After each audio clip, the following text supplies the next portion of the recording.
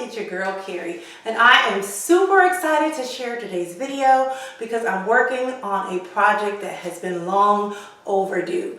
I think one of my very first videos that I ever made was me trying to get a hold of organizing my craft room and making myself a beautiful entertainment slash craft room slash she cave, and here we are 6 years later and I'm still at the same place.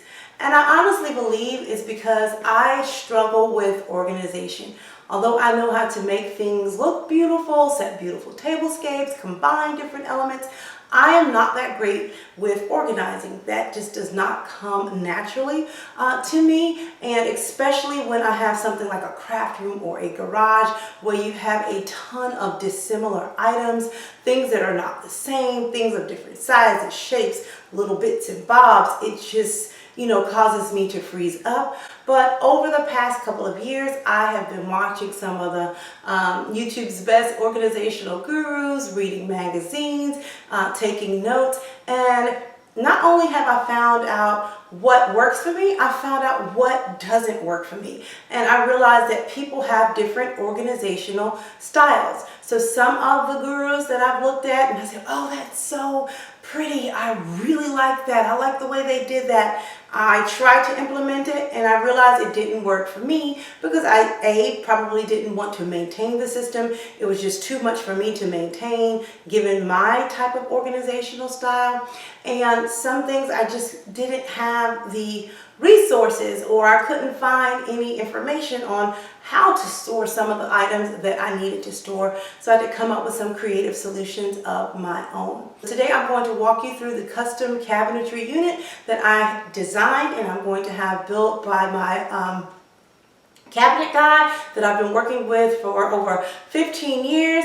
He's the guy that built our bar when we did our basement. He built the boom boom room. He's done so many different things for myself, and I recommended him to several of my family members. So he's going to be doing my cabinet. So I want to walk you through the process on designing my cabinet. Now I have my little cheat sheet here, my notes. Step one was to identify my problem, and my problem was I had stuff everywhere. I did not have one cohesive space where I could actually go and find all of my things. Throughout the years, I did a little bit of decluttering here and there and tried to come up with some organizational systems that would meet my needs. And to date, my favorite system that has been working for me beautifully for the past couple of years was my Flatware organization. I'll leave that link to that video in the description box below. So I wanted to make sure I could create some more systems like that. Now, after I knew what my problem was, it was easy for me to go floor by floor and drawer by drawer, clearing out the clutter, which is step two, purging. And then those items that I decided to keep, I assessed what I had and then kind of grouped like items together and came up with a temporary storage solution for some of those items. For example, most recently I did a napkin ring storage. Prior to that, I had napkin rings all over my home in various different boxes and buckets and things like that. But I found a great solution, which was hanging all of my napkin rings on a 5-tiered slack hanger, and that has worked out pretty good for me. Now the next step, after I purged everything, grouped everything that I had, figured out what I was keeping, I then went around my home and figured out what wasn't working for me, what solutions I had that I did not like. And one of the number one things I did not like was my charger organization.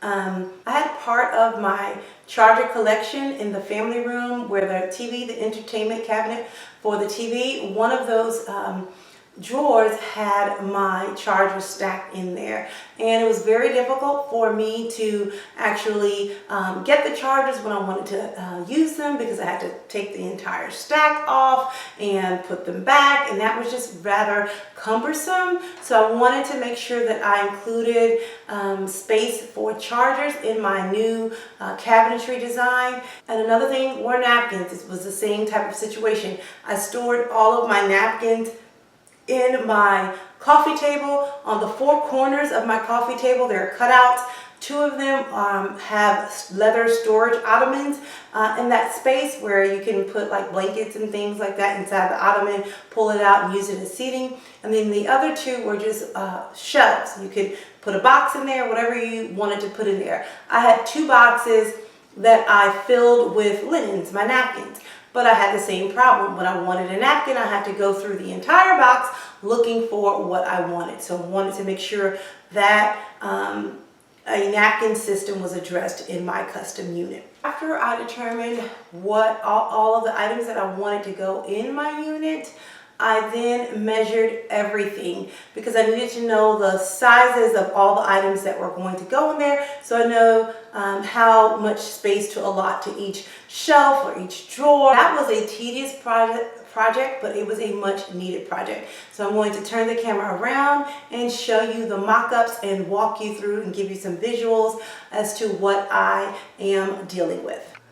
So let me refresh you guys' memory. This is the wall in my craft room that the cabinet will be built, where I will be installing the cabinet. And the dimensions, from floor to ceiling, the cabinets are going to go from floor to ceiling. It's 7.5 feet high and about 9.5 feet wide. And then I'm going to come out about 18 inches, so it'll be 18 inches deep. So here's a mock-up of the storage unit. It is from floor to ceiling, and it's going to mimic the same exact crown molding that's already in the room, so it can give it that custom feel like it's built in. Now I have two large cabinets from floor to ceiling on either side, and these are 36 inches wide. In the center at the top, I have these slats, kind of like a mail sorter, but I'll be using the same organizational bins that I have to house my flatware upstairs in my flatware organization. I'm going to be using that to store my unique silver rare pieces, like different antique pieces that I've collected over time. I'm going to put them in those and stick them in these slots. This right here is an open space, and I'm actually going to store my beloved coffee urn, vintage coffee urn there, and then a couple of silver bowls with some floral arrangements, just to give it an aesthetic feel. When you walk in, it's just not cabinetry. I want to soften things up and maybe put a picture behind that. Then we have some drawers here, and I'll explain once we go into what's inside these drawers, and then another door on that side. So let's look at the cabinet when it's open. So this is what it would look like opened, and so I'm going to kind of walk you through. I'm actually going to take the camera into the pool table room. That's where I have everything sorted out on the table, and kind of walk you through the insides of the cabinet. So if we're looking at the first cabinet, so when you open up the doors of the cabinet, this is the first cabinet section, and I'm going to have them make one stationary shelf here and another stationary shelf there, dividing the cabinet in half, and then I'll have adjustable shelves up here, so I can just change and adjust the height on either side. And so in the first row, I have 4 shelves of teapots. All of my teapot collections, the teapots and the accessories that go with them, will go on each one of these shelves. And these shelves are wide enough to hold 2 collections per shelf. And just to give you an idea, this is one of my favorite teapots. I'm normally not a bling girl, but when I bling, this is how I do it. And I picked this, got this teapot when I was traveling to Turkey, when I went to Turkey several years ago, and I picked that up, and it had the accessories that went with it. Look at that. These are for like Turkish delights, you know, the little Turkish desserts. I mean, this is just absolutely stunning. And then you have a smaller one, another one for little Turkish delights with your tea. I put pats of butter in there, and I love this one right here. It has a cover to it. It has a cover to it, and it's kind of like a demitasse cup, and you can take that out, and just have you either some espresso, tea, coffee, whatever you like. Super cute. I love this set. And I won't go through every single teapot and collection that I have because this video would be extraordinarily long. The next section would be for cake stands and drink dispensers. And as you can see, I can adjust the shelving the height that I need. And you know, drink dispensers and cake stands are those awkward items that take up a lot of space in their varying heights. And here's a dusty cake stand. You know, the guys were in the basement doing all of that construction on our basement, so I have to wipe these down. But these are just two of them, and I'll bring everything that I have from upstairs downstairs to put in my cabinet. At the bottom, these will all have adjustable shelves as well, and I'm going to put various chafing dishes in this bottom lower half. And we're going to jump on over to the other side, to the other cabinet. And what I'm going to store at the top here are all of my books. I have an office with, you know, bookcases, but what I decided to do was break my books up by where I would actually use them. So I took out all of my entertaining books, decorating books, and things like that, and I'm going to bring them down here in my craft room, so when I'm inspired to do something or need to look something up, I'll have all of my entertaining and design books down here. And then I'm also going to put the binders down here as well. I keep various things in my binders, and I'll share that when I actually do the reveal. And then here I'm going to actually just do stackable shoe boxes with my craft items. And so over here I have a bunch of these Dollar Tree shoe boxes, and I have different things in each box sectioned off by section, like all the different type of glues or sticky adhesive things, all of the sharp things like scissors and things like that. I have a ton of those boxes, so I'll have space to put those in there, and then I'm going to just remove these labels and make my own pretty labels for the shoe boxes. And then down here you see all of these rows. These are the rows where I'm going to actually house my chargers. I will be able to put 2 sets of chargers on each row. I have 22 sets of chargers, and I just cannot buy any more. If I get some more, I will have to, you know, purge a set. This is all I have to grow. So this is my whole charger section. Let me show you what my plans are for this section. So let me give you a visual of what's going on here. So if we go back to the outside of my unit, if you can see this little skinny pole right here, it's really kind of like a decorative column. It looks like it's hidden storage. It just looks like it's, you know, just molding and a column. But the idea behind that, I don't know if you guys, you've probably seen something similar to this. A lot of homes have this hidden pull-out drawer on the side of the stove where they put their spices. It's kind of like a spice rack. You just kind of pull that out and everything's stored there. You have the drawers and things like that. Here's one that's big. It's floor to ceiling, a large pull-out pantry. These are called pull-out pantries. And this one here is again right next to the stove, and they just kind of used a pegboard system to hang different items that they need for cooking. So I decided, you know what, I can use this same type of system for my unit, but I'm not going to use it in the kitchen. I'm going to use it to store some of my items. So that's what these are. I'm going to be able to kind of pull those out, and when I pull them out, this is the side view. I'll pull them out and they'll be about that long and big. And what I'm actually going to do is store my napkin rings. So I'll be able to pull them out, and these represent you know, rows of napkin rings. Now, a few months back, I shared with you my napkin ring storage. And basically how I store my napkin rings now, I bought a 5 tiered pant hanger, slacks hanger. And basically, you know, it swings out. You're supposed to swing it out and put the slacks on it, but I actually put my napkin rings on it. And that's how I house all of my napkin rings. Well, I'm going to use a similar system in my unit. I'm going to take dowels instead of hangers, and that's what's going to be down here in my unit. I'll have the unit pull out, so it's going to pull out of the wall that way, and all of my napkin rings will hang on here. So I can just remove them, take them off, sit them back into the unit. So I'm going to have 12 rows of these dowels to put my napkin rings on. And then at the bottom half, what goes with napkin rings? Napkins, right? Didn't I say I had an issue with not being able to see all of my napkins? So the bottom half, you see how these are actual drawers, like little shelves?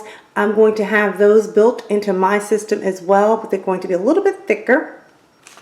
And I'm going to be able to put my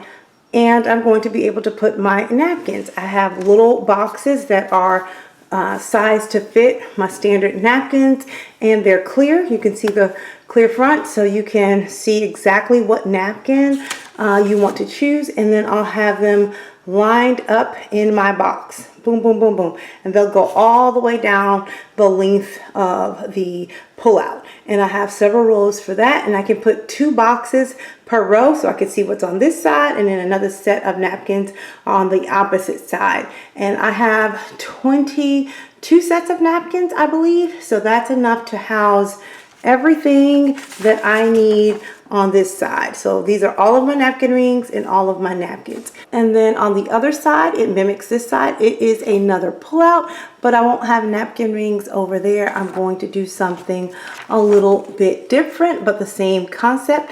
You see all of the dowels as well. What I'm going to make this pullout, it's going to be, you know, the same concept as this one. You know, the pull out, I'll pull that out. I am going to house all of my ribbon. I had an issue with ribbon. How do you store your ribbon? And I'm going to use that same dowel method, hang all of my ribbon and stick it inside. So when I pull out that shelf, all of my ribbon is there.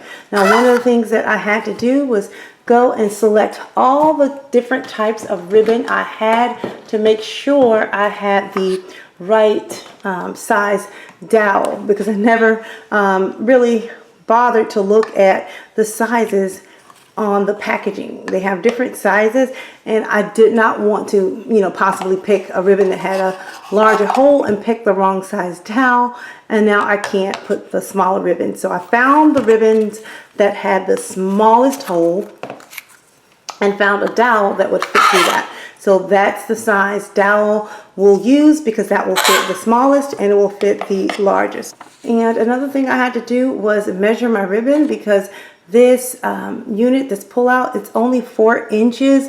It's 4 inches of space that I can use inside. And so I had to make sure that the ribbon was no wider than 4 inches so that it could fit in and still close. Now, I do have some larger ribbon like these. These are bigger than the 4 inches, and these wouldn't fit. So I'm just going to place these in a basket. I don't have that many that are humongous other than Christmas ribbon, but that's packed away with all of my Christmas decorations and Christmas decor. Now, what goes with ribbon? As you can see up here, we only have 5 rows for ribbon, and we have more shelving down here. Well, my friends, that's where I'm going to actually store my wrapping paper. So these bins down here, these are kind of going to hold in. Wrapping paper is about 30.5 inches high, and I'm just going to have slots where I can just kind of slide it in, and all of my wrapping paper will be lined up. I'm turning to the side, forgive the mess, but what I had to do was measure all of my wrapping papers, and I got rid of any wrapping paper that was not the same height. So for example, this one here was 37 inches high, and I got rid of all of my 37-inch wrapping paper. I'm putting it in a tag sale, sending it off to Goodwill, but I just want all of my wrapping paper to be uniform so it could fit in my storage unit. So let's kind of walk through the middle section. So we are back in the craft room, and I have my chart here. Now, these first 3 sets of drawers, I'm going to house picture frames and picture stands And I have a ton of picture frames of various sizes, sorts, small and large, and I use these as either like place cards or food labels, things like that. And so all of this will be stored together standing upright like catalog file, and some of them are wrapped up when the construction guys, the content guys came in and moved and wrapped all that stuff up for while they were repairing our basement. But all of this section is picture frames. Then the other drawer is for picture frame stands. So I have all of these stands that I put the picture frames on when I'm entertaining. So I'll have another drawer for that. These skinny drawers right here, one of the drawers will house gift bag, and the next drawer below that is a tissue paper drawer slash like when you're packaging, mail packaging as well. You know, like when you're in TJ Maxx or Home Goods and you have something that's breakable and they wrap it in that like craft like paper. That's what this drawer is going to be. And this third drawer is going to be a mug drawer. So my mug collection, I have my tea collection here, and I have a collection of all different types of mugs, and I'm going to house all of my mugs there. And down here in the bottom, I'm going to house all of my Tommy's period kit type of stuff for when I'm doing videos, educational type stuff that's related to periods. And if you guys don't know, I am the creator of Tommy's, that stands for Time of the Month Panties, and that's my business. I sell period panties. I will leave the link to the video and my website below, but I'll need a space to kind of like pull out when I'm doing videos, educational materials as I'm doing that. So this little section down here is going to be a Tommy section, and I have just a bunch of other items here that's not going to go in the storage cabinet, but I do have to store them somewhere in the craft room. So I have a whole section. My closet in the craft room is actually going to house all of my greenery, flowers, and things like that. It's just going to be a flower closet. And here are one of the items that I found as I was cleaning up. I bought this. The base had cracked from TJ Maxx. They wrote it down, you know, they marked it down for me. And I just thought this was cute because you can sit this in any type of vase and have like a instant topiary. So I have this little urn here, and you just have your cute little, you know, topiary. And this section right here, I thought this was cute. I'd share a little bit with you. These are all the cards and things that I've made over the years for the parties that I've been to. I like to save an invitation just so I could have memories. And this one right here is one of my absolute favorite invitations. It's just an old like piece of weathered looking barnwood, and this is when Ray, it was her 8th birthday, and she had a cowgirl themed party. And so here's the invitation. It just says, Reagan Silly Bandit, her last name, I blocked that out, wants you to join her for her cowgirl 8th birthday. And we have the roundup on September 18th. And it just says, saddle up in your jeans and Western duds. We'll be riding out at 2 p.m. Holla back at Sheriff Carey. And that was one of my favorite birthday parties. And then we just ripped off the pocket of some jeans and stuck in a bandana, and then directions to the place. We did not have this at our house. We actually had it at a farm. Let me know if you want to do a separate video on all the different unique invitations that I've made over the years. This is what I kind of love to do for my parties. And another step when I was designing this craft room, I did a lot of research. I tried to find craft rooms where people really housed entertainment and party pieces, and I've kind of found out that they call them prop rooms. It's more so than a craft room.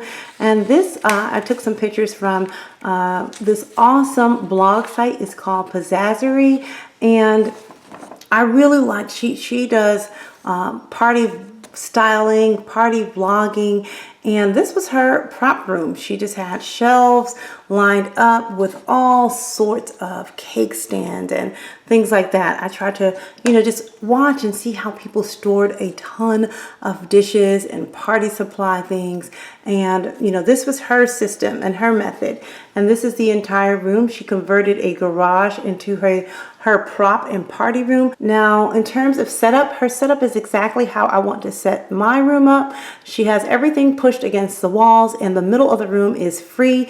And what she does is takes her card table and she moves that out to the middle, and then she will do a tablescape or a mock-up of a design and see how it all works out. And then she may take pictures of that and put it on her blog, or use it just to design a simple tablescape so she would know how it would look when she actually did the entire party.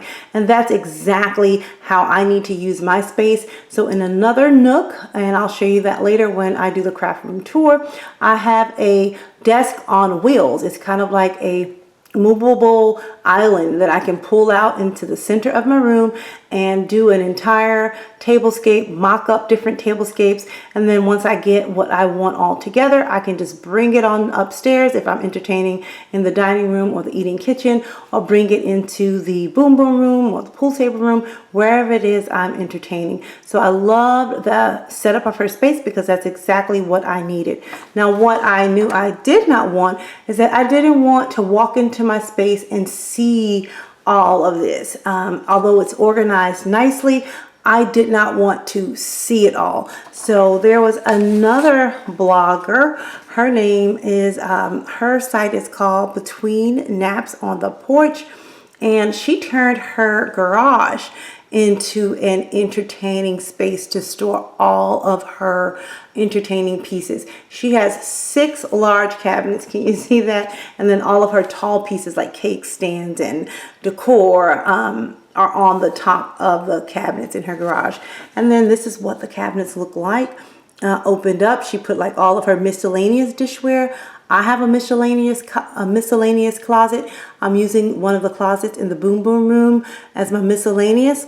She has all of her napkin rings and flatware in here, but she chose to store hers in shoe boxes. And then she has an all Christmas dishes cabinet. She has an all Alice in Wonderland. I guess she really liked Alice in Wonderland, Easter, 4th of July. Then she has a charger and napkins, a charger plate and napkins cabinet, and all of her glassware. So this was a very interesting and inspiring setup for me in terms of visual. I like that you can see everything, but you can actually close it off and not see anything. And that was perfect for me. If you guys want another visual, this is when I say floor to ceiling, my cabinet is going to go from floor to ceiling with the molding all around. But it looks like the molding stopped here. It's going to go all around and then continue with the molding that I already have in my craft room. And now the final thing that I had to think about was finishes and the design of the doors and things like that. And so I want my finish to be just like this. I want the molding on the outside with a raised panel on the inside. And then I can't use this type of decorative detail molding because they only come in 36 inch and 42 inches. And I am going to use molding and materials that I already had for when they were repairing our basement and putting everything back that got destroyed. I had some extra moldings left over, and I'm going to create my own little column. I'll just give all of that material to the cabinet guy, and he can construct something really nice for us. And then as far as the hardware, I'm going to do the cabinets in white. This is kind of like an antique white, but I'm just going to do a nice clean crisp white. And then all of my hardware is going to be chrome. I'm going to do a polished chrome or a polished nickel. And I went and visited the handle place, a place where they sell lighting and handles. And I thought this handle, you need to turn it up this way. It's 12 inches long, and that will be great for the pulls on the door. But you know, this type of handle can be pricey, and this was $370. It was $317 for the 12-inch, $370 for the 18-inch. And as you can see, I have 4 handles that I would need for my doors, and that can add up pretty quickly. If I did for 18-inch, I would be looking at about $1,600 just for the 4 handles. So, you know, although I wanted to go really, really nice for this room because it took me 6 years to get it together, I don't think I want to spend $1,600 on handles.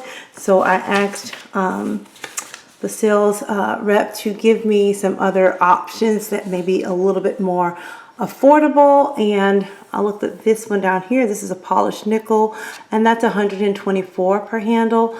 That's still a bit pricey when you have to buy 4 of them. And then on this page, it kind of has like the little acorn at the bottom, and this one was $142 per handle. So what I ended up doing was I headed out to the Restoration Hardware outlet to see what they had in stock, and I found this piece right here, the exact piece there. They have the handles there, but they didn't have the 12-inch like I needed for the handles on my door, but they did have the smaller handles that would go like on a drawer. And those 12-inch handles by Restoration Hardware, they were selling them for, I believe it was $43 or $50. They were 2 different styles. And so depending on which one of these I was going to contemplate getting, that's almost $100, $75 to $100 savings per handle. So that's what I'm doing. I'm going to go with the Restoration Hardware handles for my unit. Well, there you have it. Sorry for such a long video. You guys know I get carried away when I get excited about something.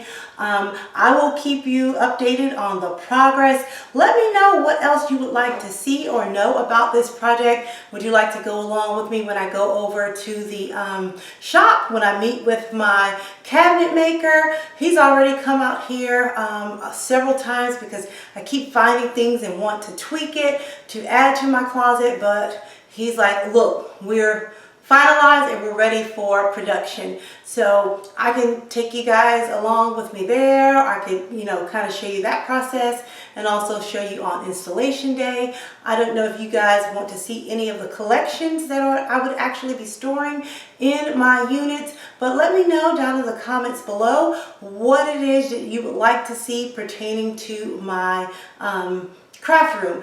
But hopefully this was able to help some of you guys who like to entertain and are figuring out ways to store those entertainment pieces. And I think in the next upcoming video, I will be sharing the progress on our backyard. I don't think I've told you guys about us getting our backyard done. I shared it on Instagram, and let's just say it's been quite a challenge. So I'll give you an update on that as well. And until next time, I'm going to keep calm and carry on. Bye guys.